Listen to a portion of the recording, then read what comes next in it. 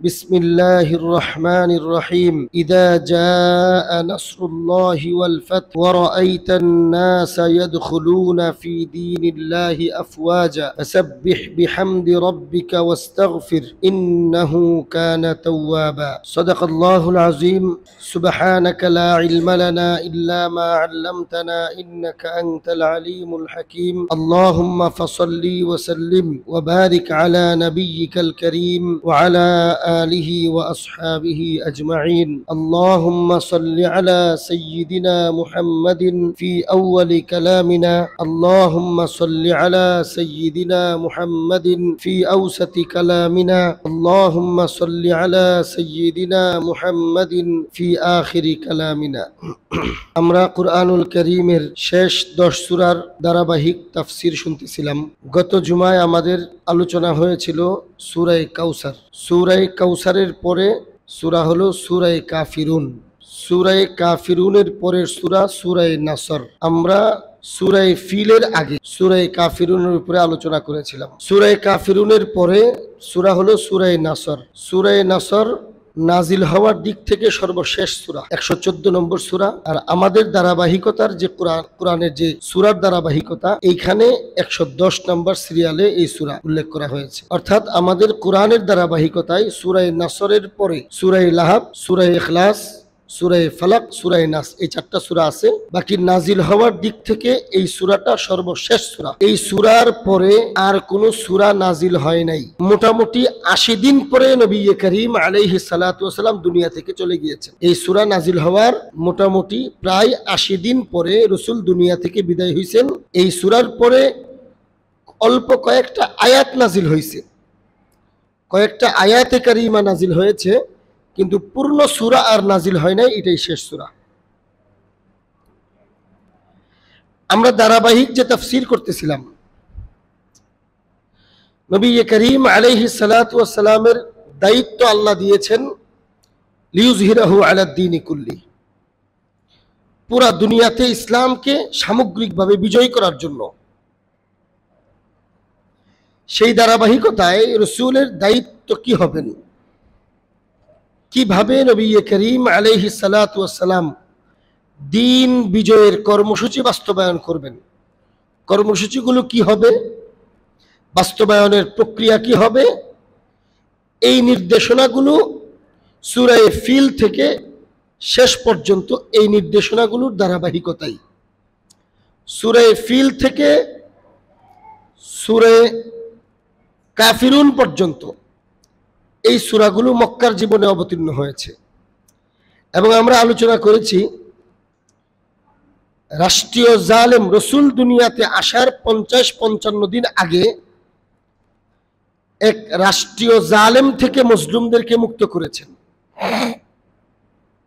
এরপরের সূরায় আল্লাহ রাব্বুল আলামিন রাষ্ট্রীয় জালেম মুক্ত হওয়ার পরে জাতির করণীয়, জনগণের করণীয় এবং রাষ্ট্রের জালেম শক্তি পরাজিত হওয়ার পরে যারা নতুনভাবে দায়িত্বে আসবেন তাদের করণীয় এবং জনগণের করণীয় সূরা কুরাইশে এবং সূরা মাউনে আল্লাহ রাব্বুল আলামিন আলোচনা করেছেন। মোটামুটি নির্দেশনাগুলো দুই রকম। একরকম হলো আল্লাহর দিকে রুজু হওয়া, ঈমান ও ইসলামের দিকে ধাবিত হওয়া, ঈমানকে মজবুত করা। আর দ্বিতীয় কয়েকটা বিষয় হলো সামাজিক এবং রাষ্ট্রীয় অবকাঠামো, ব্যবসার দিকে মনোযোগী হওয়া, আন্দোলনে আহত নিহত হওয়া লোকদের খোঁজখবর নেওয়া এবং তাদের সন্তান এতিমদের খোঁজখবর নেওয়া, যারা নিহত হয়, শহীদ হয়, এবং সমাজের দরিদ্র মানুষের খোঁজখবর নেওয়া। এর পাশাপাশি যেহেতু বড় ধরনের আন্দোলন এবং যুদ্ধ বিগ্রহের পরিস্থিতি ঘটে রাষ্ট্রীয় সন্ত্রাসকে নির্মূলের জন্য, পরাজিত করার জন্য, তখন সমাজে একটা অশান্তি দেখা দেয়, অনেক কিছু শর্ট হয়, অনেক কিছুর অভাব দেখা দেয়। এই জন্য সকলেই যেন মিলেমিশে চলাফেরা করে, একে অন্যের কাছে সাহায্য চাইলে সাহায্য পায় এবং একে অন্যকে সাহায্য করে। এই কর্মসূচিগুলো আল্লাহ তাআলা সূরা কুরাইশ, সূরা মাউনে দিয়েছেন। পাশাপাশি বলেছেন রাষ্ট্রীয় সন্ত্রাস দূর হওয়া পরবর্তী সময়ে রাষ্ট্রে সবচেয়ে বেশি সমস্যা হয় দুইটা জায়গায়। একটা হলো রাষ্ট্রের নিত্য প্রয়োজনীয় জিনিসের অভাব দেখা দেয়, দ্রব্যমূল্যের ঊর্ধ্বগতি হয়। আরেকটা হলো নিরাপত্তা ঘাটতি দেখা দেয়। আল্লাহ বলেন এই সিস্টেমে, এই কর্মসূচি বাস্তবায়ন যদি তুমি করো, ফালিয়াবুদু রাব্ব হাদাল বাইত, আল্লাহর ঘরের ইবাদত যদি করতে থাকো এবং এই কর্মসূচি বাস্তবায়ন যদি করো, তো আল্লাহ তাআলা তোমাদের রাষ্ট্রে দ্রব্যমূল্যেও স্বাভাবিকতা নিয়ে আসবেন, নিত্য প্রয়োজনীয় জিনিসের অভাব আর থাকবে না, এটা আল্লাহ ব্যবস্থা করবেন। আর রাষ্ট্রের নিরাপত্তার ব্যবস্থাটাও আল্লাহ তাআলাই করবেন। এগুলো সূরা মাউন পর্যন্ত নির্দেশনা দেওয়ার পরে সূরা কাউসার, সেখানে আল্লাহ রাব্বুল আলামিন বলছেন, দেখো আল্লাহ তাআলা তোমাদেরকে বারবার আল্লাহর দয়ার কারণে দয়া করে আল্লাহ তাআলা তোমাদেরকে সাহায্য করেন। সুতরাং তোমাদের টেনশনের কিছু নাই। জালেম, এক জালেম গিয়ে আরেক জালেম যদি বসা যায়, ইশারা হলো আব্রাহাকে ধ্বংস করে কুরাইশদেরকে সম্মানিত করেছে। এখন রাসূল আসার পরে কুরাইশ আবার জালেমের পর্যায়ে পৌঁছে গেছে। সূরা কাউসারের মধ্যে আল্লাহ তাআলা এই সান্ত্বনা দিচ্ছেন এবং সাহায্যের কথা বলছেন। যেভাবে আব্রাহাকে ধ্বংস করছেন, কুরাইশরা যদি এই শিক্ষাগুলো অর্জন না করে, রাসূল আপনার বিরোধিতা করে, মুসলমান মনে রাখো, যদি এক জালেম পরবর্তী সময়ে যারা ক্ষমতায় আসবে তারাও যদি এই কাজগুলো না করে, আল্লাহর দিকে ধাবিত না হয়, ঈমান ইসলামের দিকে ধাবিত না হয়, দরিদ্র মানুষের সেবা যত্নের দিকে ধাবিত না হয়, তাহলে আল্লাহ তাআলাও তাদেরকে ধ্বংস করে তোমাদেরকে বিজয়ী করবেন যদি তোমরা এই কর্মসূচির সাথে থাকো।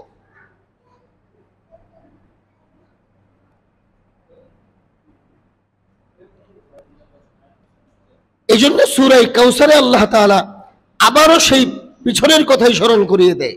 দেখো আল্লাহ তোমাদেরকে সাহায্য করবেন, মহান পুরস্কার দিবেন। তোমাদের কাজ কি? তোমাদের কাজ হলো ফাসল্লি লিরাব্বিকা ওয়ানহার, তোমরা নামাজের দিকে আগ্রহী হও তথা সমস্ত ইবাদতের দিকে, শারীরিক ইবাদতের দিকে আগ্রহী হও, মনোযোগী হও। ওয়ানহার, এবং কুরবানির জন্য প্রস্তুতি নাও, আল্লাহর জন্য ত্যাগ দেওয়ার প্রস্তুতি নাও। বছরে একবার ওয়াজিব কুরবানি তো করবেই, এর পাশাপাশি সব সময় দ্বীনের জন্য, ঈমানের জন্য, ইসলামের জন্য, আল্লাহর জন্য, আল্লাহর রাসূলের জন্য, কোরআন সুন্নাহর আইন বাস্তবায়নের জন্য, দ্বীন বিজয়ের জন্য সামগ্রিক শারীরিক, আর্থিক সব ধরনের ত্যাগ দেওয়ার জন্য প্রস্তুতি গ্রহণ করো, তাহলে আল্লাহ তাআলা তোমাদেরকে বিজয় দিবেন। এই ধারাবাহিকতার পরে সূরা কাফিরুন, বারবার আল্লাহ তাআলা যেই কথাটা স্মরণ করিয়ে দিচ্ছেন, আল্লাহর ইবাদত, আল্লাহর ঘরের ইবাদত, আল্লাহর দিকে রুজু হওয়া, আল্লাহর জন্য নামাজ পড়া, আল্লাহর জন্য ইবাদত করা, আল্লাহর জন্য কুরবানি করা, আল্লাহর জন্য ত্যাগ স্বীকার করা, এর মানে হইল একত্ববাদের দাওয়াত। মুসলমানের জীবনের মূল হইল একত্ববাদের শিক্ষা, তাওহীদের শিক্ষা। এখন কথা হইল, সমাজে শুধুমাত্র তাওহীদই প্রতিষ্ঠিত থাকবে না, অন্যরাও চেষ্টা করবে, তাহলে তো আর ঝগড়াই থাকলো না, তাহলে তো আর শয়তানি থাকলো না। এজন্য আল্লাহ তাআলা সূরা কাফিরুনে বলতেছেন, দেখো তোমরা তো ঈমান ও ইসলামের উপরে অটল থাকবা, কিন্তু তোমাদের বিপরীতে কুফর এবং শিরকও থাকবে। তোমরা একত্ববাদের দাওয়াত দিবা, তাওহীদের দাওয়াত দিবা, তাওহীদের বিভিন্ন আইন নিয়ম শৃঙ্খলা বাস্তবায়নের চেষ্টা করবা। বিপরীতে কাফের মুশরিকরা কুফরি এবং শিরিক বাস্তবায়ন করার চেষ্টা করবে। তখনই তোমাদের এবং কাফেরদের মধ্যে গন্ডগোল লাগবে। এই গন্ডগোল লাগার সময় তোমাদের সমাজের কিছু এলিট শ্রেণী আছে, তোমাদের সমাজের কিছু সেকুলার মুসলিম আছে, তোমাদের সমাজের কিছু এমন মুসলিম আছে যারা মডারেট মুসলিম হিসেবে নিজেদেরকে পরিচয় দিতে চায়। অর্থাৎ ভাই আমরা গন্ডগোল করব না, মারামারিতে যাই না, ঝামেলাতে যাব না, আমি আমার মতো থাকি, সে তার মতো থাকুক, তুমি তোমার মতো থাকো, সে তার মতো থাকুক, এরকম একটা সুন্দর কথা বলতে চায়। ওই মডারেটরাও কিন্তু তার ভাই যখন তার হক নষ্ট করে, তার চাচা যখন তার হক নষ্ট করে, তখন কিন্তু 1 ইঞ্চি জমি নিয়ে ভাইয়ের লোকে ভাই ঝগড়া করে, ওই সময় ছাড় দেয় না। তার চাচার সাথে কিন্তু ঝগড়া করে, বাবার মারা যাওয়ার পরে চাচার সাথে সম্পত্তি নিয়ে ভাগাভাগি, 1 ফুট সম্পত্তি নিয়ে ঝগড়া করে, ওইখানে ছাড় দেয় না। কিন্তু ছাড়ের প্রশ্ন এবং মিল মহব্বতের প্রশ্ন আর এই মডারেটগিরির প্রশ্ন সব আসে ধর্মীয় দৃষ্টিকোণ থেকে। আল্লাহর একত্ববাদের ব্যাপারে ছাড় দেয়, নিজের ভাগই কিন্তু ছাড় দেয় না। তো আল্লাহ তাআলা বলতেছেন, ওই মডারেট মুসলিম যারা, ওই সেকুলার মুসলিম যারা, ওই সবাইকে নিয়ে মিলা চলার মতো, যেই ঈমান এবং কুফরকে নিয়ে মিলা চলতে যারা চায়, ওদের ব্যাপারে আল্লাহ তাআলা সূরা কাফিরুন নাজিল করছেন। সেখানে পরিষ্কারভাবে ঘোষণা দেওয়া হয়েছে, ঈমান এবং কুফরের সাথে কোনো সম্পর্ক নাই, ঈমান এবং শিরিকের সাথে কোনো সম্পর্ক নাই। শিরিক এবং কুফর ছাড়া আমরা সব কিছুর সাথে কম্প্রোমাইজ করতে পারি। আল্লাহ তাআলা এখানে শিখাইছেন, চাচার সাথে ঝগড়া করো না, আমরুর রাজুলি সিনওয়া আবি, চাচার সাথে ঝগড়া করো না, চাচা বাপের মতো, বাপ নাই আজকে, চাচাকে দেখলে বাপের কথা মনে হয়। এক ছোটখাটো বিষয় নিয়ে চাচার লোকে ঝগড়া করো না। ঠিক আছে, তোমার চাচা যদি তোমার বাপের সম্পত্তি তোমাকে পুরা বুঝায় না দেয়, আত্মসাৎ করে, এজন্য আল্লাহ তাআলা তার বিচার করবেন। তুমি চাচার সাথে অন্যায় আচরণ করো না, ভাইয়ে ভাইয়ে ঝগড়া করো না। রাসূল এখানে শিখায়, ইসলাম এখানে শিখায়, কোনো একজন মানুষ নিজের হক জানার পরেও শুধুমাত্র চাচার সাথে ঝগড়া হবে, শুধুমাত্র ভাইয়ে ভাইয়ে ঝগড়া হবে, শুধুমাত্র চাচাতো দাদার সাথে ঝগড়া হবে, চাচাতো ভাইয়ের সাথে ঝগড়া হবে, এই রকম ঝগড়ার চিন্তা করে যেই লোকটা নিজের হক জানার পরেও হক ছেড়ে দেয়, আল্লাহর রাসূল বলেন আল্লাহ তাআলা দুনিয়া এবং আখিরাতে তাকে সম্মানিতও করবে, তাকে দুনিয়া এবং আখিরাতে সম্পদশালীও করবে। এখানে আল্লাহ কম্প্রোমাইজ শিখাইছেন, ভাই ভাই ঝগড়া করতে যাও না, চাচার লগে ঝগড়া করো না, মা বাবার সাথে ঝগড়া করো না। মা বাবা একটা জোর করে কোনো কিছু চাপায়া দিছে, এখানে কথা অমান্য করো না। লা তাউক্কান্না ওয়ালিদাইকা ওয়া ইন আমারাকা আন তাখরুজা মিন আহলিকা ওয়া মালিক, মা বাবার সাথে এখানে চাপাচাপি করো না। মা একটা যদি সিস্টেমের বাহিরে বাহ্যিক বোঝা যায় অন্যায় মূলকই তোমার উপরে কোনো কিছু চাপায়া দিছে, তোমার এক ভাইকে অন্যায়ভাবে প্রাধান্য দিয়া তোমাকে অন্যায়ভাবে কোনো কিছু চাপায়া দিচ্ছে, মা বাবা তাদের জন্য উচিত নয়। যদি করে, আল্লাহ রাসূল বলেন এটা করলো মা বাবার সাথে ঝগড়া করতে যাও না, এখানে কম্প্রোমাইজ করো, তোমার দাবি ছেড়ে দাও, তোমার মা বাবার নির্দেশে ভাইকে সব দিয়ে দাও বা কিছু দিয়ে দাও, তুমি এইখানে কম্প্রোমাইজ করো। কিন্তু সূরা কাফিরুনে পরিষ্কার বলা হয়েছে একটা জায়গায় কোনো কম্প্রোমাইজ নাই মুসলমানদের, সেটা হলো ঈমান এবং কুফরের জায়গায়, ঈমান এবং শিরকের জায়গায়।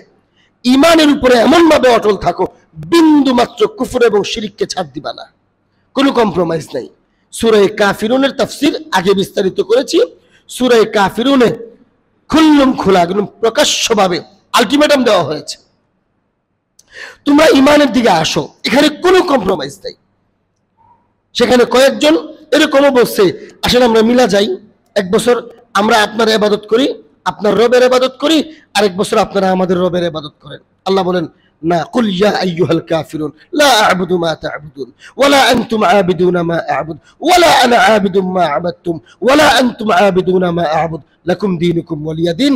আমাদের দ্বীন, আমাদের ধর্ম ঈমানের উপরে, তাওহীদের উপরে, রিসালাতের উপরে প্রতিষ্ঠিত, তোমাদের ধর্ম শিরকের উপরে, কুফরের উপরে প্রতিষ্ঠিত। শিরক এবং কুফরের সাথে ঈমানের কোনো কম্প্রোমাইজ নাই, সুতরাং তোমাদের সাথে আমাদের কোনো সম্পর্ক নেই। এই আয়াত, এই সূরা নাজিল হয়েছে মক্কার জীবনে, কিন্তু মুফাসসিরিনে কেরাম বলেন যখন প্রকাশ্যে বলে দেওয়া হলো তোমাদের সাথে কোনোভাবেই মিলা সম্ভব না, আমাদের কোনোভাবেই তোমাদের সাথে আমাদের মিলা সম্ভব না, একটা আলটিমেটাম। কি আলটিমেটাম? আলটিমেটামটা হলো যেহেতু তোমাদের সাথে আমাদের মিলা সম্ভব না, আমরাও তোমাদের ধর্ম গ্রহণ করব না, তোমরাও তো আমাদেরটা গ্রহণ করবে না। এর মানে অনিবার্য হলো যুদ্ধটা লেগেই থাকবে, এই সংঘর্ষ তোমাদের আমাদের মধ্যে লেগেই থাকবে। আলটিমেটাম হলো অচিরেই তোমরা ঈমানের দিকে ফিরে আসো, যদি না আসো তাহলে যুদ্ধ হবে তোমাদের সাথে। এভাবে দুই গ্রুপ চলতে পারে না, ঈমান এবং কুফর একসাথে চলতে পারে না। কার নেতৃত্ব হবে? মক্কায় তোমাদের নেতৃত্ব না, তোমাদের নেতৃত্ব মানা যাবে না। এটা তো নাজিল হয়েছে মক্কার জীবনে। কাফেরদের নেতৃত্ব, মুসলমানরা মগলুব, পরাজিত। তো এই অবস্থায় মুসলমানরা প্রকাশ্যে ধমক দিয়া বলে দিচ্ছে তোমাদের সাথে কোনো কম্প্রোমাইজ নাই, মানে তোমাদের নেতৃত্ব থাকবে না, আল্লাহ আমাদেরকে বিজয় দিবেন, আল্লাহ আমাদেরকে শক্তিশালী করবেন। অনিবার্য কারণে যদি তোমরা তোমাদের জায়গায় অটল থাকো, তোমাদের সাথে যুদ্ধ অনিবার্য হবে। এই যুদ্ধের ঘোষণা মূলত জিহাদের ঘোষণা এই আয়াতেই প্রকাশ করে দেওয়া হয়েছে। এরপরে আসছে সূরা নাসর। এই ঘোষণার পরে মক্কার জীবনের একটা বড় অংশ কেটেছে। ওই যে সূরা কুরাইশে যে শিক্ষা, সূরা মাউনে যে শিক্ষা, সূরা কাউসারে যে শিক্ষা, সূরা কাফিরুনে যে শিক্ষা, এই সমস্ত শিক্ষার উপরে রাসূল সাহাবায়ে কেরামকে গঠন করেছেন, গড়ে তুলেছেন। এটা হলো দিন বিজয়ের জন্য, কর্মসূচি বাস্তবায়নের জন্য সাথীদেরকে তৈরি করা। এভাবে গড়ে তুলেছেন। গড়ে তুলতে তুলতে মদিনা একটা সময় মক্কা থেকে মদিনায় হিজরত করলেন। মদিনায় ইসলামী রাষ্ট্র হইল। ইসলামী রাষ্ট্রের প্রচার প্রসার এবং স্থায়িত্বের জন্য, প্রতিষ্ঠার জন্য আল্লাহর পক্ষ থেকে জিহাদের হুকুম আসলো, যুদ্ধের হুকুম আসলো। বদরে সাহাবায়ে কেরামকে নিয়ে রাসূল যুদ্ধ করলেন। বদরের আগে আরো ছোট ছোট কয়েকটা অভিযান হয়েছে, সফল অভিযান হয় নাই। বদরেই প্রথম সফল অভিযান। এখানে আল্লাহ তাআলা ওই যে বলা হয়েছে, কুল ইয়া আইয়ুহাল কাফিরুন লা আ'বুদু মা তা'বুদুন ওয়ালা আনতুম আ'বিদুনা মা আ'বুদ ওয়ালা আনা আ'বিদু মা আ'বাদতুম ওয়ালা আনতুম আ'বিদুনা মা আ'বুদ লাকুম দীনুকুম ওয়ালিয়া দীন। ঈমান কুফরের কোনো কম্প্রোমাইজ হয় নাই। যুদ্ধ অনিবার্য, যুদ্ধ হবে, তোমরা পরাজিত হবে, আমরা বিজয়ী হব। এই ধারা শুরু হয়েছে বদর থেকে। বদরে মুসলমানদের বিজয়, উহুদে মুসলমানদের সাময়িক পরাজয়ের পরে বিজয়, খন্দকে মুসলমানদের বিজয়, এরপরে তাবুকে বিশাল বিজয়, হুনাইনে বিজয়। এই বিজয়ের ধারাবাহিকতায় মক্কার বিজয়। শেষ দিকে এসে মক্কা বিজয়। মক্কা বিজয়ের প্রাক্কালে এই আয়াত, এই সূরা, সূরা নাসর পরের সূরা নাজিল হয়। ওই যে সূরা ফিল থেকে যারা ধারাবাহিক দিন বিজয়ের যে কর্মসূচির কথা বলে আসা হচ্ছে এবং আল্লাহ ওয়াদা দিচ্ছেন বারবার, তোমরা ফালিয়াবুদু রাব্বা হাযাল বাইতের উপরে আমল করো, তোমরা আল্লাযী আত'আমাহুম মিন, তোমরা ফাওয়াইলুল লিল মুসাল্লিন আল্লাযীনা হুম আন সালাতিহিম সাহুন আল্লাযীনা হুম ইউরাউন ওয়া ইয়ামনাউনাল মাউন। এই সিস্টেমে আমল করো। এরপরে ইন্না আ'তাইনাকাল কাউসার ফাসাল্লি লিরাব্বিকা ওয়ানহার। এরপরে সূরা কাফিরুনের একত্ববাদে প্রতিষ্ঠিত থাকার ঘোষণা। এই সব কিছুর উপরে তোমরা যদি আমল করতে পারো, তোমাদের চূড়ান্ত বিজয় দেওয়া হবে। আল্লাহ তাআলা মদিনার জীবনে চূড়ান্ত বিজয় দিলেন। দিয়া এই সূরা নাজিল করেন, ইদা জাআ নাসরুল্লাহি ওয়াল ফাতহ। যখন তোমাদের চূড়ান্ত বিজয় চলে আসবে। এখন আমাদেরকে এতগুলো শিখায়া, কর্মসূচি শিখায়, এখন বলতেছেন এই দিন বিজয়ের কর্মীরা তোমরা শুনো, যখন তোমাদের এই পিছনের প্রক্রিয়াগুলো ধাপে ধাপে হবে, কষ্টও লাগবে, তোমাদের কষ্টও থাকবে, কিন্তু ইদা জাআ নাসরুল্লাহি ওয়াল ফাতহ, যখন চূড়ান্ত বিজয় চলে আসবে, তখন তোমাদের আনন্দ উল্লাসের সময় আসবে। ইদা জাআ নাসরুল্লাহি ওয়াল ফাতহ ওয়া রাআইতান নাসা ইয়াদখুলুনা ফি দীনিল্লাহি আফওয়াজা। ওই যে পিছনের কর্মসূচি ধীরে ধীরে বাস্তবায়ন হবে, কিন্তু চূড়ান্ত বিজয় যখন চলে আসবে, তখন দেখবা দুনিয়ার মানুষ দলে দলে ইসলামে প্রবেশ করতেছে। মক্কা বিজয়ের পরে ইয়ামান থেকে 700 লোকের একটা বিশাল বাহিনী আসছে। সকলে একসাথে ইসলাম গ্রহণ করেছে। কারণটা ছিল সকলেই ইসলামের বিজয়গুলো দেখতেছে, রাসূলের সফলতা দেখতেছে, সাহাবায়ে কেরামের সফলতা দেখতেছে। দেখে দেখে কিছু মানুষ তো ইসলাম গ্রহণ করে, বেশিরভাগ মানুষ অপেক্ষায় আছে। আচ্ছা, এখনো তো রাজধানীটা তাদের হাতছাড়া। রাজধানী মানে একত্ববাদের রাজধানী মক্কা। এখনো তো মক্কা দখল করতে পারে নাই। যে কোনো সময় আবার যদি ওদের পতন হয়ে যায়, তাহলে ইসলাম গ্রহণ করে তো আমরা বিপদে পড়বো। এই জন্য বেশিরভাগ মানুষ অপেক্ষায় ছিল, দেখি মুসলমানদের হাতে মক্কা বিজয় হয় কিনা। যখন মুসলমানদের হাতে মক্কা বিজয় হয়ে গেল, তখন সকলের আর কোনো দ্বিধাদ্বন্দ্ব থাকলো না, চতুর্দিক দিয়া দলে দলে ইসলামে প্রবেশ করতে লাগলো। এটা আল্লাহ তাআলা বলতেছেন, ওয়ারাআইতান নাসা ইয়াদখুলুনা ফি দীনিল্লাহি আফওয়াজা। দলে দলে আপনি দেখবেন, দলে দলে মানুষ ইসলামের দিকে ধাবিত হচ্ছে। যখন বিজয় হয়ে যায় সামগ্রিকভাবে, পুরা নিরাপত্তা আসে, আইন শৃঙ্খলার অবনতি আর থাকে না, তখন মানুষ এই বিজয়ীদের অনুসরণই করে। তখন ইয়ামান থেকেও দলে দলে যারা আসে, ইয়ামান থেকে আসছে 700 লোকের বিশাল এক কাফেলা, সকলে ইসলাম গ্রহণ করেছে। ইসলাম গ্রহণ করার পরে ওরা আনুষ্ঠানিকভাবে ইয়ামান গেছে। তখন তো আর এখনকার মতো এত উন্নত যুগ না, আস্তে আস্তে যায় কাফেলা। ওরা এক একটা হেঁটে, গাদা, খচ্চর, ঘোড়া, উট, এগুলাতেই তো কাফেলা দিয়ে গিয়েছে। এক মঞ্জিল পরে পরে ওরা অবস্থান করে, একটা জায়গায় অবস্থান করে, নামাজের সময় হয়, আজান দেয়, ওযু করে সম্মিলিতভাবে জামাত পড়ে, একজন নামাজ পড়ায়, ওনার তেলাওয়াত শুনে, এই সুন্দর সিস্টেম দেখে ওই আশপাশের এলাকার মানুষ সবাই ইসলাম গ্রহণ করে। এইভাবে ওরা ইয়ামান যেতে যেতে হাজার হাজার অমুসলিম ইসলাম গ্রহণ করছে এই কাফেলা দেখা। চতুর্দিক থেকে ইসলাম গ্রহণ করার হিরিক পড়েছে। এখন আল্লাহ বলতেছে, যখন তোমাদের চূড়ান্ত বিজয়ের সময় আসবে, তখন তোমরা কি করবা? তখন তোমাদের কাজ কি? এই যে দেখেন, বারবার প্রত্যেকটা সূরায় আল্লাহ যে শিক্ষা দিচ্ছেন, এখানে এই শিক্ষা। আল্লাহ তাআলা বলেন, 4টা কাজের কথা বলছেন। চূড়ান্ত বিজয় আসার পরে তোমাদের কাজ 4টা। ফাসাব্বিহ বিহামদি রাব্বিকা ওয়াস্তাগফির ইন্নাহু কানা তাওয়াবা। চূড়ান্ত বিজয়ের পরে তোমাদের প্রথম কাজ আল্লাহর পবিত্রতা বর্ণনা করা। তোমাদের দ্বিতীয় কাজ আল্লাহ তাআলার প্রশংসা করা। তোমাদের তৃতীয় কাজ ইস্তিগফার করা। তোমাদের চতুর্থ কাজ তওবা করা। দেখেন, পিছনের সব সূরার সাথে এখানে যোগসূত্র এটা।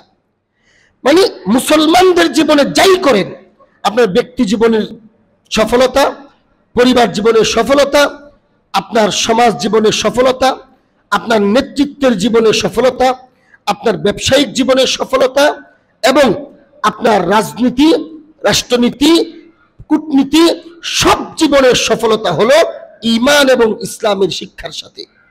প্রত্যেকটা সূরায় আল্লাহ তাআলা কোন সূরায় রাজনীতি শিখাইছেন, কোন সূরায় জিহাদ শিখাইছেন, কোন সূরায় রাষ্ট্রীয় জালেমদের বিরুদ্ধে প্রতিবাদ শিখাইছেন, কোন সূরায় আল্লাহ তাআলা দরিদ্রদের সহযোগিতা শিখাইছেন, নিজেদের মধ্যে মায়া, মমতা, মহব্বতের বন্ধন শিখাইছেন।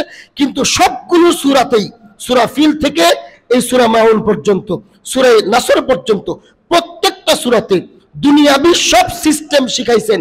এর পাশাপাশি আল্লাহ তাআলা প্রত্যেক সূরায় আল্লাহর একত্ববাদের বিশ্বাস, ঈমান, ইসলাম, আল্লাহর দিকে রুজু হওয়া, সিজদা করা, জিকির করা, আল্লাহর সাথে তাআল্লুক, সম্পর্ক স্থাপন করা, এবং আল্লাহ রাব্বুল আলামিনের বিধিবিধানের সামনে মাথা নত করা, ইবাদতের দিকে আল্লাহ তাআলা প্রত্যেক সূরায় নির্দেশনা দিয়েছে। এখানে ওইটাই, বিজয়ের পরে উল্লাস করা, একদম ফাইটা পড়ো না। কি করবা? মাথা ঝুঁকায় ফেলো, মাথা ঝুঁকায় ফেলো। সূরা ফিলের বিজয়ের পরে সূরা কুরাইশ এটাই বলছেন। এখানেও আল্লাহ তাআলা মক্কা বিজয়ের পরে এটাই বলতেছেন, মাথা ঝুঁকায় ফেলো আল্লাহর সামনে। এখানে মুফাসসিরিন কেরাম বলেন, পূর্ববর্তী নবী আম্বিয়া আলাইহিমুস সালাওয়াতু ওয়াত তাসলিম, ওনাদের মিশন ছিল 2টা বিশেষভাবে। এর মধ্যে একটা হলো নিজের নফসের সাথে, নিজের নফসের কুমন্ত্রণা থেকে নিজেকে বাঁচানো, এই শিক্ষা দেওয়া। আরেকটা ছিল শয়তানের কূট, চাল এবং কুমন্ত্রণা থেকে নিজের ঈমান ও ইসলামকে হেফাজত করা। এই 2টা ছিল পূর্ববর্তী বিশেষভাবে মোটামুটি সব নবীদের কর্মসূচি। আর আমাদের নবীকে আল্লাহ তাআলা দায়িত্ব দিয়েছেন বিশ্বব্যাপী। এই জন্য আমাদের নবীর মিশনে আর 2টা জিনিস জুড়াইয়া দিয়েছেন। আগের 2টার সাথে নতুন আরো 2টা। মানে পূর্বের নবীদের, নবী এবং নবীর মিশন, দাওয়াতি মিশন এবং উম্মতের দায়িত্ব ছিল 2 শত্রুর মোকাবেলা করা। এক শত্রু হলো নফস, কুমন্ত্রণা, মনের কুচাহিদা। আরেক শত্রু হলো শয়তান, ইবলিস, শয়তানের কূট, চাল এবং কুমন্ত্রণা। আর উম্মতে মুহাম্মদের মিশন হলো 4টা, তার শত্রু হলো 4টা। আগের উম্মতের শত্রু ছিল 2টা, নফস এবং শয়তান। এই উম্মতের শত্রু হলো 4টা, একটা হলো নফস, একটা শয়তান, আরেকটা হলো কাফির মুশরিক, আরেকটা হলো মুনাফিকিন। নফসের বিরুদ্ধে মোকাবেলা করার জন্য আল্লাহ তাআলা কর্মসূচি দিয়েছেন, ইয়াতলু আলাইহিম আয়াতিহি ওয়া ইউযাক্কিহিম। ইবাদতে মনোযোগী বানাও, কষ্ট করো, নিজের নফসের বিরুদ্ধে কাজ করো আল্লাহ আল্লাহর রাসূলের নির্দেশনায়। আর এটা হলো নফস নামক শত্রুর বিরুদ্ধে মোকাবেলা করা। আরেকটা কর্মসূচি আরেক শত্রুর মোকাবেলা, সেটা হলো শয়তানের মোকাবেলা। আল্লাহ আল্লাহর রাসূলের নির্দেশনাকে সামনে রেখে শয়তানি সব কূট চাল থেকে নিজেকে বিরত রাখো এবং আল্লাহর হুকুমের দিকে ধাবিত হও। শয়তানের হুকুম তথা আল্লাহর নিষেধ থেকে নিজেকে বাঁচায় রাখো, ব্যক্তিগতভাবে, দলবদ্ধভাবে। এটা আগেও ছিল, আমাদের উম্মতের আরো 2টা শত্রু বেশি। একটা হলো বিশেষভাবে কাফির মুশরিক। এদের সাথে মোকাবেলা করার জন্য আল্লাহ তাআলা জিহাদ এবং কিতাল দিয়েছেন। এই শত্রুর আমাদের আরেক শত্রু হলো মুনাফিকিন। মুনাফিকিন শত্রুর মোকাবেলা করার জন্য আল্লাহ তাআলা আমাদেরকে জবানের জিহাদ দিয়েছেন। মুনাফিকিনদের সাথে যুদ্ধ হবে না, কিন্তু তারা তোমাদের শত্রু, তারা তোমাদের ঈমানের শত্রু। দলিলের ভিত্তিতে তোমরা যুক্তির আলোকে মুনাফিকিনদের কূট চালের বিরুদ্ধে কথা বলো, সুযোগ দিও না তাদেরকে, শক্ত হস্তে তাদেরকে দমন করো, তাদের বিরুদ্ধে কথা বলো, আওয়াজ উঠাও, লেখালেখি করো, জাতিকে সতর্ক করো, তাদেরকে ধমক দাও। আর মুশরিক এবং কাফিরদের বিরুদ্ধে জিহাদ এবং কিতাল এবং যুদ্ধ করো। শয়তানের বিরুদ্ধে ইবাদতে মনোযোগী হও, নফসের বিরুদ্ধে নিজে ইবাদতে মনোযোগী হও, নফস এবং শয়তানের বিরুদ্ধে মেহনত করো। এই 4 শত্রুর মোকাবেলা করা আল্লাহ তাআলা আমাদেরকে নির্দেশনা দিয়েছেন। এই 4 শত্রুর মোকাবেলা করার মিশনের মাধ্যমে নবী করিম আলাইহিস সালাম মক্কার জীবন থেকে নিয়ে মদিনার শেষ জীবন পর্যন্ত মেহনত করে করে আজকে যখন মক্কা বিজয় করেই ফেললেন, এখন আল্লাহ তাআলা বলেন আপনার মিশন বাস্তবায়ন হয়ে গেছে। দুনিয়া তো থাকার জায়গা না, দুনিয়া কেউ থাকবে না, সুতরাং আপনাকে আমি লিইউযহিরাহু আলাদ দ্বীনি কুল্লিহির জন্য পাঠাইছিলাম। আজকে দিন পরিপূর্ণ হয়ে গেছে। আজকে দিন সামাজিক, রাষ্ট্রীয়, আন্তর্জাতিকভাবে প্রতিষ্ঠিত হয়ে গেছে। এখন আর আপনার দুনিয়াতে থাকার কি দরকার? আপনি তো দিন প্রতিষ্ঠা করেই ফেলছেন, আপনার মিশন বাস্তবায়ন করেই ফেলছেন। এখন আপনার এই আমানত আপনার উম্মতের সবচেয়ে প্রধান এবং শক্তিশালী জামাত, যাদেরকে আপনি তৈরি করেছেন, সাহাবায়ে কেরামের কাঁধে অর্পণ করে আপনি চলে আসেন আমার কাছে।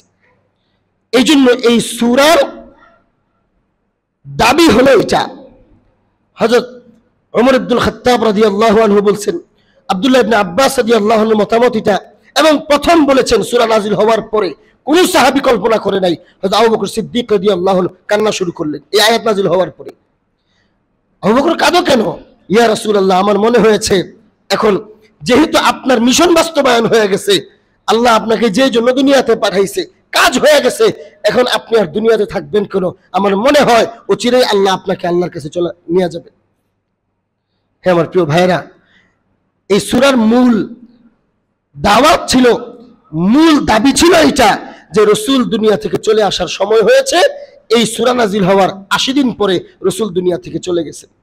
একদিন রাসূল বলছেনও যে আল্লাহ তাআলা আল্লাহর কোন এক প্রিয় বান্দাকে সুযোগ দিবেন, আপনি ইচ্ছা করলে আপনার বন্ধুদের সাথে থাকতে পারেন, ইচ্ছা করলে আপনার প্রকৃত বন্ধুর কাছে চলে আসতে পারেন।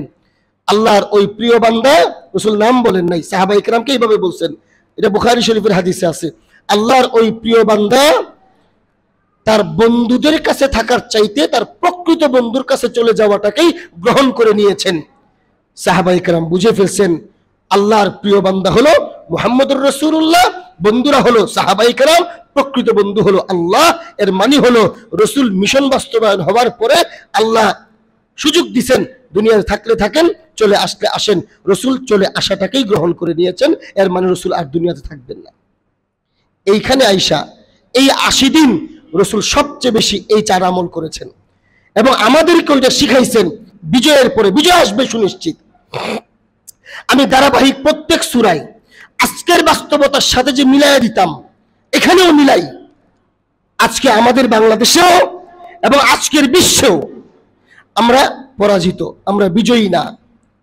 এই সূরা যখন নাজিল হয়েছে তখন সাহাবায়ে কেরামের সামনে নাজিল হয়েছে, তখন আরবের মক্কা মদিনার পরিস্থিতি ছিল। আজকে আমি যখন আপনাদের সামনে তাফসীর করছি, আজকে ওই প্রেক্ষাপটকে সামনে রেখে আজকের অবস্থায় আমাকেও বুঝাইতে হবে, আপনাকেও বুঝতে হবে। পরিবর্তনের ধারা শুরু হয়েছে, জায়গায় জায়গায় আমাদের বিজয় আস্তে আস্তে শুরু হয়েছে। বদর হয়েছে আফগানে, এরকম এক একটা বিজয়ের ধারা শুরু হয়েছে। হতে হতে একদিন সময় আসবে, বেশি দিন লাগবে না ইনশাআল্লাহ, আমাদের সময় হবে যেই সময় মক্কা বিজয়ের মতো চূড়ান্ত বিজয় এই দুনিয়াতে হবে, আমাদের হবে। 100 বছর যাবত যে আমরা মজলুম, খিলাফত ছাড়া এই মজলুম অবস্থার অবসান ঘটবে, অবসান ঘটবে। আমাদের দেশেও বিজয় হবে ইসলাম, সারা দুনিয়াতে বিজয় হবে ইসলাম। যখন বিজয় হবে তখন দেখবেন ওয়ারাআইতান নাস ইয়াদখুলুনা ফি দীনিল্লাহি আফওয়াজা। শাহ ওলিউল্লাহ রাহমাতুল্লাহ আলাইহি বলেন, আখির জামানায় যখন ওই মক্কা বিজয়ের মতো চূড়ান্ত বিজয়টা আসবে, তখন দলে দলে তোমরা দেখবা ইসলামের ছায়াতলে সবাই আসবে। কারা আসবে? ইরানের সব শিয়া ইসলামের ছায়াতলে আসবে। খ্রিস্টানদের বিশাল একটা জগৎ ইসলামের ছায়াতলে আসবে। কেন?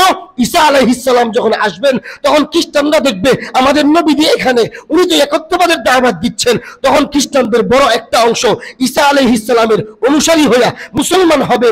কি শিয়ারা যেই মাহদির অপেক্ষা করে, তারা তো কাল্পনিক কিছু দাবি করে, কিছু কল্পনা করে শিয়াদের ইমাম মাহদি হবে, কুফরের সাথে সম্পৃক্ত।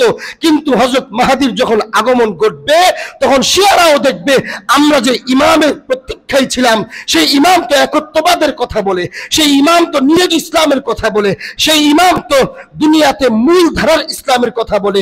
তখন ইমাম মাহদির সঙ্গী হয়ে ইরানের শিয়ারাও মুসলমান হবে এবং ইউরোপ আমেরিকার বড় একটা খ্রিস্টানদের অংশ ইসলামের ছায়াতলে আসবে। ওয়ারাআইতান নাস ইয়াদখুলুনা ফি দীনিল্লাহি আফওয়াজা।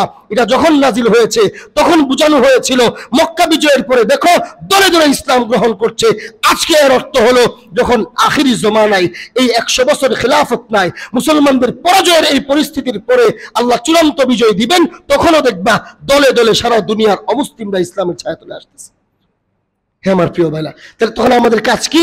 আমাদের কাজ হলো ফাসাব্বিহ বিহামদি রাব্বিকা ওয়াস্তাগফির ইন্নাহু কানা তাওয়াবা। আল্লাহর প্রশংসা, আল্লাহর পবিত্রতা এবং ইস্তিগফার এবং তওবা সম্বোধন করা হয়েছে নবী করিম আলাইহিস সালাতু ওয়াস সালামকে। আম্মা জান বলেন, এই সূরা নাজিল হওয়ার পরে রাসূল সবচেয়ে বেশি এই 3 কাজে নিজেকে লাগাইছেন, নিয়োজিত করছেন। অন্য কাজ তো নাই, মিশন তো বাস্তবায়ন হয়ে গেছে। অন্য কাজ স্বাভাবিকভাবে করেন, বেশি এই কাজ করেন। আল্লাহর প্রশংসা, আল্লাহর পবিত্রতা, সুবহানাল্লাহ, আলহামদুলিল্লাহ, আস্তাগফিরুল্লাহ। ইস্তিগফারের কয়েকটা কথা ধরন এসেছে। আস্তাগফিরুল্লাহ রাব্বি মিন কুল্লি যামবি ওয়া আতুবু ইলাই, আস্তাগফিরুল্লাহ আল্লাযী লা ইলাহা ইল্লা হুয়াল হাইয়ুল কাইয়্যুম, আস্তাগফিরুল্লাহ। এরকম অনেক ধরনের ইস্তিগফার আছে। তবে যে কোনো ইস্তিগফার যে কেউ করলেই চলবে। আমাদের আকাবিরিনরা বলেন শুধু আস্তাগফিরুল্লাহ, শুধু আস্তাগফিরুল্লাহ, আস্তাগফিরুল্লাহ পড়াটাই এই আয়াতের নির্দেশনার মধ্যে চলে আসবে। নবী করিম আলাইহিস সালাতু ওয়াস সালাম বেশি বেশি ইস্তিগফার করতেন। এক মজলিসে 100 বার করে ফেলতেন। তাফসীরের কিতাবে মুফাসসিরিন কেরাম এখানে একটা ভুল বুঝাবুঝি আছে অনেকের। অনেকে মনে করে রাসূল করিম সাল্লাল্লাহু আলাইহি ওয়াসাল্লাম ইস্তিগফার করছেন, এর মানে মনে হয় রাসূল গুনাহ করছিলেন। নবীদের ইস্তিগফার গুনাহের জন্য না, যে যার মান যত বেশি তার একটু ভুল হইলেই তার কষ্টটা বেশি লাগে। এজন্য নিজে আল্লাহ যে উম্মতের কাছে ইস্তিগফার চাইছেন, এজন্য রাসূল নিজে বেশি বেশি নিজের জন্য ইস্তিগফার করতেন। আর অন্যান্য আয়াতের মধ্যেও আছে ওয়াস্তাগফির লিল মুমিনিন, আপনি ইস্তিগফার করেন আপনার উম্মতের জন্য, মুমিনদের জন্য। এখানে তাফসীরে তাফহিমুল কোরআনের মধ্যে একটু ভুল লেখা আছে। যেহেতু আমাদের অনেক শিক্ষিত ভাইরা তাফহিমুল কোরআন পড়েন, অনেক সুন্দর তাফসীর এবং অনেক জায়গায় ভালো তাফসীর করা হয়েছে, কিন্তু কিছু কিছু জায়গায় কিছু ভুলের শরণাপন্ন হয়েছেন তিনি। এর মধ্যে একটা জায়গা হলো এই সূরা তাফহিমুল কোরআনে এই আয়াতের বাতাহাতে এই আয়াতের তাফসীরে লেখা আছে রাসূল আপনি নবুয়তের দায়িত্ব পালন করতে গিয়ে যে ভুলগুলো করেছেন এজন্য আপনি ইস্তেগফার করেন, এই কথাটা ভুল। যদি যারা তাফহিমুল কোরআন পড়বেন তারা এই জায়গায় তাফহিমুল কোরআন থেকে গ্রহণ করবেন না, আর আকীদা নষ্ট হবে। রাসূল নিজের দায়িত্বে কোনো ভুল করেন নাই, এটা আল্লাহ তাআলা সার্টিফিকেট দিয়েছেন। এজন্য এইখানে উদ্দেশ্য হলো, মুফাসসিরিন একরাম লিখেছেন, আপনি নিজের উম্মতের জন্য ইস্তেগফার করেন। আর যদি রাসূল নিজের জন্য ইস্তেগফার করে তাহলে সব সময় অনুতপ্ত হওয়া এটা গুনার জন্য হইতে হয় না। যিনি যত বেশি, আরে উনি আমাকে এত মহব্বত করে, এই কাজটা আমি করলাম কেন, এটা নিষেধ না, কিন্তু এটা আমার দ্বারা হইল কেন, এরকম একটা অনুতপ্ততা আসে। রাসূলের এরকম যে আমার কাজে আল্লাহ নি কষ্ট পাইছেন, আমি তো কাজটা আরো সুন্দর করে করতে পারতাম, আমি নামাজটা আরো সুন্দর করে পড়তে পারতাম, আমি এই কাজটা আরো সুন্দর করে করতে পারতাম, এটা যে হইল না। রাসূল নিজে মনে মনে এই চিন্তাটা করে আল্লাহর কাছে ইস্তেগফার করতেন। এটা রাসূলের শান এবং আল্লাহর সাথে রাসূলের সম্পর্কের ধরন, এটা নিয়ে উম্মতের কথা বলার কোনো অধিকার নাই। এজন্য তাফহিমুল কোরআনের এই জায়গাটা ভুল, যে রাসূল আপনি নিজের নবুয়তের দায়িত্ব পালন করতে গিয়ে ত্রুটি করেছেন, এজন্য ইস্তেগফার করেন, নাউজুবিল্লাহ। এই কথাটা আকীদা, আমাদের আহলে সুন্নাত ওয়াল জামাতের আকীদা পরিপন্থী। যাই হোক, এই সূরায় আমাদের তিনটা দায়িত্ব দেওয়া হয়, চারটা। একটা হলো আল্লাহর পবিত্রতা, আল্লাহর প্রশংসা, আরেকটা হলো বেশি বেশি ইস্তেগফার এবং তওবা। এই চার কাজ হবে বিজয়ীদের কাজ। আজকে আমরা 5 আগস্টের পরে 3 মাস যাবত পিছন তো মিলাইলাম, এখন দেখি তো এই চার কাজে আমরা কতটুকু অগ্রগামী। যার কারণে আজকে 3 মাসে আমাদের শান্তি হয় নাই। আমাদেরকে আল্লাহ তাআলা বড় রাষ্ট্রীয় জালেম থেকে মুক্তি দিয়েছিলেন, আমরা রাষ্ট্রের সর্বোচ্চ পর্যায় থেকে সাধারণ নাগরিক পর্যন্ত এই চার কাজ করি না। এজন্য আসুন এই সূরাকে সামনে রেখে আমাদের দাবি এবং দাওয়াত হলো, গোটা উম্মত, রাষ্ট্রের দায়িত্বশীল যারা আছেন, একদম উপদেষ্টা মণ্ডলীরা, তাদের থেকে নিয়ে রাষ্ট্রের সাধারণ নাগরিক পর্যন্ত আল্লাহর পবিত্রতা, আল্লাহর প্রশংসা, নিজেদের গুনাহের জন্য ইস্তেগফার এবং তওবা, এই চার আমল বাড়ান, রাষ্ট্র উন্নতি হবে ইনশাআল্লাহ। ওয়া আখিরু দাওয়ানা আলহামদুলিল্লাহ।